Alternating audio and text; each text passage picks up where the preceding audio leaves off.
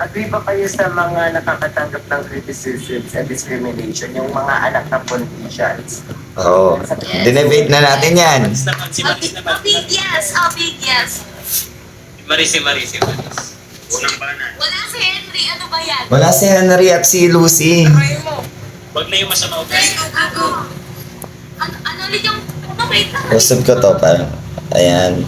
Nag-video ako ha. Nakakatanggap ng criticisms and discriminations, yung mga anak ng politician sa mga gawa ng parents nila.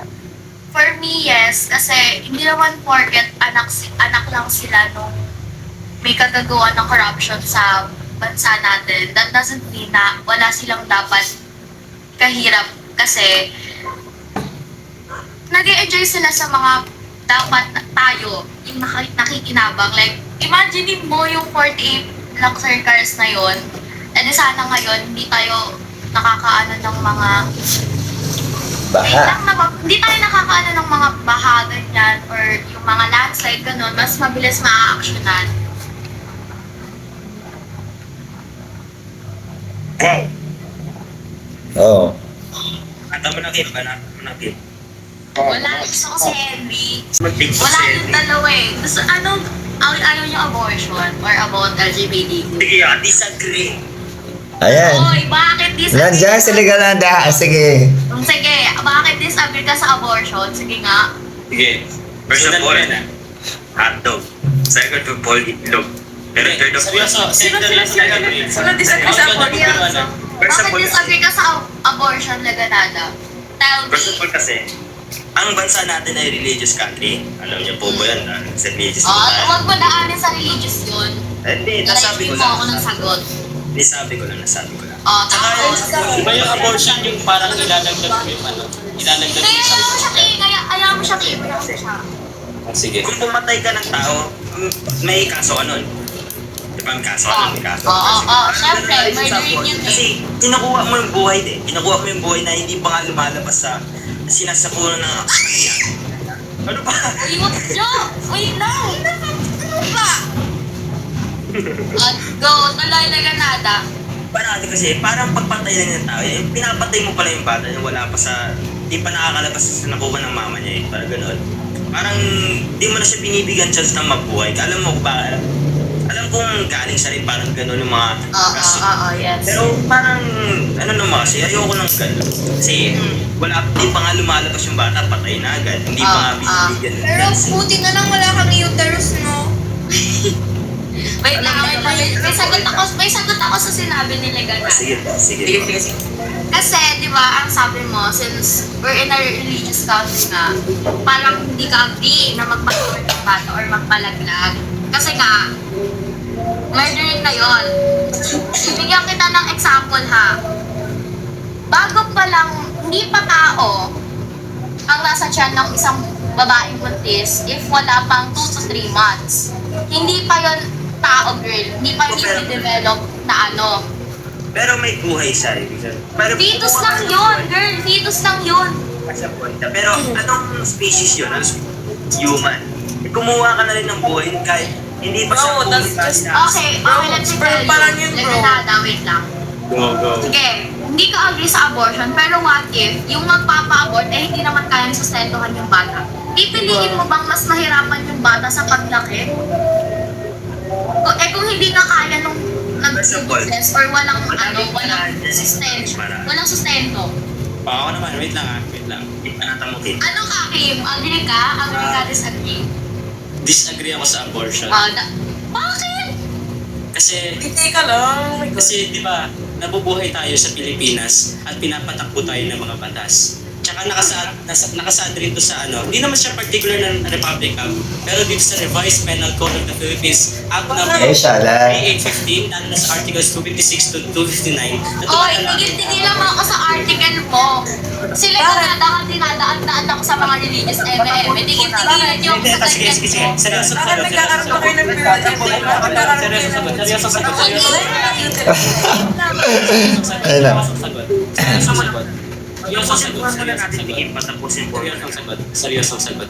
Agree ako kay Maristela, agree rin ako kay Edre. Bakit? Kasi ang mga tao, ang taong wala kung minsan madalas talaga, wala silang kakayanan na sustentuhan yung anak Oh, nila. diba? You get the point. Kasi pagsisisihan mo rin yun kasi pag lumaki yung bata, ikukumpara mo yung kalagayan ng ibang bata sa kalagayan ng anak mo. Kung yung Yun yung sinasabi ko, Legatada, na pag hindi kaya nagbubuntis, dapat ipalaglag na. Kasi nga, makikita mo, habang lumalaki yung bata, makikita mo yung ginawa mo. Makikita mo na hindi mo kayang suportahan yung bata hanggang sa paglaki. Kasi girl, syempre nag-aaral yan. Mag-aaral yan paglaki. Pagdating ng araw, syempre may mga pangangailangan yan. O, diaper, gatas, clothes. O, sige. Mga sabon pa niyan. Essentials. Pag sinabi mong hindi mo kaya, hindi naman ibig sabihin hindi mo naman talaga kaya eh. Kasi madaming Kaya nga, bakit disagree kayo sa abortion? If yung babae naman yung nagdadala, at paano kung hindi kaya ng babae na dalhin yung bata hanggang sa paglaki? Kung nasa tiyan pa nga lang, na hindi pa fully developed na tao, bakit kailangan yung sabihin na wag ipa-abort kasi kasalanan? Eh kung hindi nga kayang suportahan, nasa tiyan pa lang, paano pa paglaki? Okay, next question please. Puta, nakakainis. Dixie. Pakinggan na yung sagot ko ba? Huwag ka na, Hajer. Hello? Huwag ka na na-hajer. Aba, makakonvert ko kayo, charot. Go, hajer. Meron ba kayong uterus? Meron kayong ovary? Kayo ba yung nahihirapan pag nagkakaroon ng period every month? Oh, get it, girl. Get it.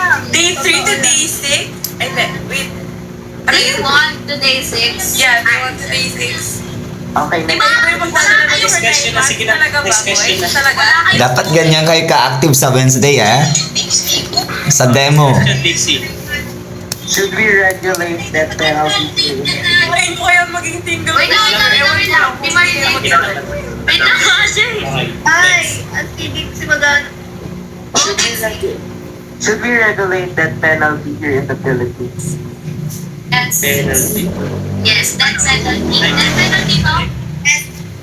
Lalo na yung mga child molester. Yes. Depende sa We should regulate that penalty. Depende sa kaso, no? Depende sa kaso. No, hindi. Hindi depende sa kaso. Penalty kasi. penalty. Penalty, di ba? Ang Tapos sabihin mo na, papakawalan mo yung mamatay tao, tapos yung magnanakaw mamamatay, parang gano'n. Hindi naman. Wait lang. May point kasi ako kada sagot ko or kada disagree ko. Okay. Continue. Continue. May sasabihin ba kayong dalawa dyan?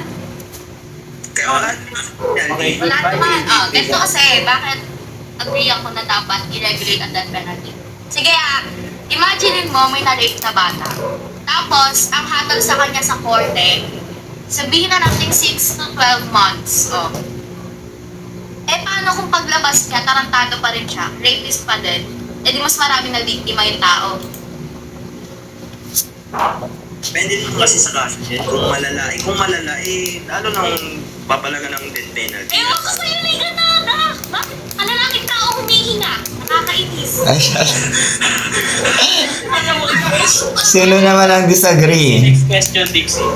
Dixie, Wait lang, doon muna tayo. Death penalty. Oh, sige. Natutuwa pa si sir. Masyado siya nag-enjoy. Oo. Sino pa ang Sir, disagree? silang dalawa palagi. Agree ako. Kung hindi si Henry, si Liganada. Sa death penalty, Ako muna. ako, Agree ako. disagree? Agree si Kim. Agree si Kim. Ako, hindi niyo ako tatanungin. Sir, bakit? Ikaw, Arthur? Ako. Okay, goodbye. Hindi mo na, sige na, salita ito. Skip. Wait lang. Girl. Wait lang. Ako muna. Kasi, Ako kasi kung talagang maganda ang justice system natin, pabor ako.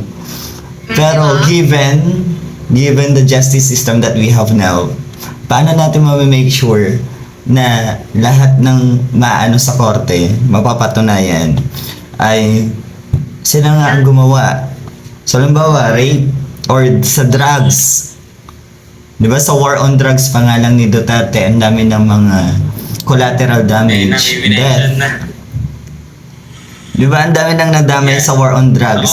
Ako, agree ako sa war on drugs kung mga addict at mga pusher talaga ang napapatay. Pero what if merong mga nadadamay lang because they don't have access na i-defend yung kanilang mga sarili. So, I'm more on disagree kasi may mga collateral damage. May mga collateral na death na hindi dapat. Kasi yun nga, merong mga privilege merong mga may access sa attorney or lawyer at merong mga wala. Magka-character AI na lang ako. Yun. Pero kung maganda ang justice system, agree ako ha. Pero as of now, hindi. For me, proven guilty or not, Mm. dapat i-regulate talaga ang death penalty. Depende sa situation. Mm-mm. Oh, kasi kasi agree ako dun sa sinabi ni Sir na kung maganda nga yung ng Pilipinas kasi nga marami kasing mga nasa high position sa Pilipinas kung nakakagawa sila ng mga mabibigat na kasalanan kahit na halatang halata na mas nananalo pa rin sila. Nananalo pa din. Walang That means may nagbubulag-bulagan lang yung mga tao kung halata na naman sila. para sa corruption lang din. Ganun. Diba? Din kasi yung mga tao, pag bumoboto sila ng politika, tapos Oo. sila na muna Ano, tinitignan. Pag bumoboto Tapos sila, tapos hindi na panindigan, magre-reklamo sila kasi bakit yun yung naging yun yung nanalo, di ba? Kasi, di ba, every, Sino tong kausap ko? Si Ako to, si Janica. Janica sa Janica ba? Burgos. Sorry. Tapos, ano kasi yun, lagi pagbotohan, pag nagkakampanya, di ba, namimigay sila ng mga ayuda Oo. na. Doon sila bumabase yung mga tao. Oo. Nakakainis lang kasi Sa amin, yung sa magulang, probinsya. yung binabote nila, yung talaga, yung nagbigay talaga ng ayuda, which is naiinis din yung mga kapatid ko pag ganun. Kaya, pabulag sila sa sa nabibigay during campaign, tas pag nakaupo na, tas nga, ayan, si reklamo. ganun sila. Ayun nga, yung papa ko, sabi niya si Sara pa rin daw yung iboboto niya as next president. Sabi ko, tayo dyan pa. Gumanon ako. Ilang taon na ba kayo? 14? 14. Oh, malapit na. 4 years pa bago makaboto. 41. Bakla. Okay, Binaliktad. next question. Next question daw. Wait lang po. Alam mo na,